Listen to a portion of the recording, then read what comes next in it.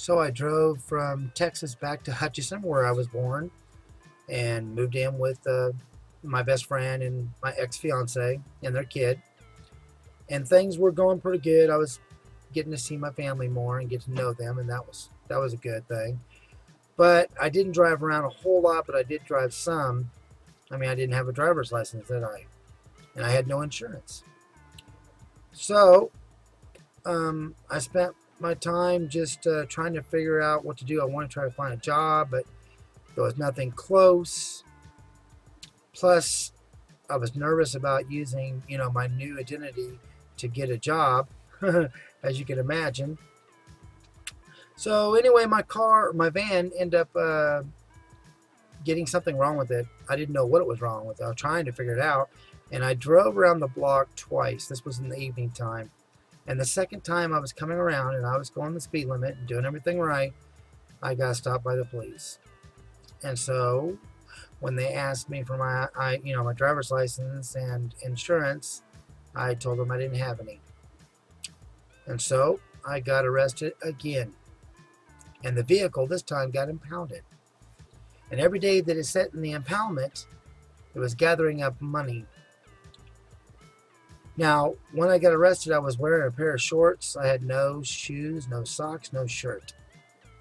And I asked them if I could put that on. It was right here in the van, because the van was my house, was my home. And they said you can get it later. Well, they were lying. So when I got out of jail, I actually had nothing but a pair of shorts on. And I had to walk all the way back to a relative's house. And the sidewalk was so hot. This was in the summertime, and it was burning my feet. I kept getting into the shadows and wherever I could, a shade underneath the tree. It was awful. And I eventually had to sell the vehicle. I sold it quick, actually, to my to one of my relatives for $250. And I got all my stuff out of it. Most of that money went to the impoundment. So then I had nothing. So what was I supposed to do? I was, again, screwed, but now I'm even more screwed than I was before. So I went to the unemployment office. I don't know why, but I was trying to hopefully find something. Couldn't find anything. And then I saw this business card, and it said, join Job Corps. And I was thinking, well, now I'm in a different town. Maybe they would send me actually to a different place. Plus, I did get a medical discharge. So that means I couldn't go back ever. I was banned. But I did have a new identity, didn't I? I was going by a whole different name, and plus my hair was blonde, so I looked different.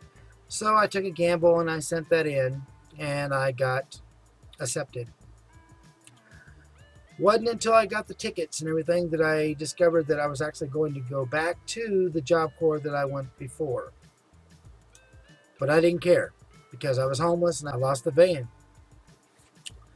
So that's what I ended up doing. I went to Job Corps.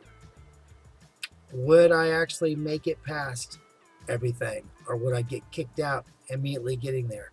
I had no idea. But it did suck, because I wanted to find some place to stay stable. And I just kept screwing up. So in the next video, I'll tell you what happened at Job Corps the second time. I thank you for watching, and you guys have a good one. And it's just me keeping it real. Bye.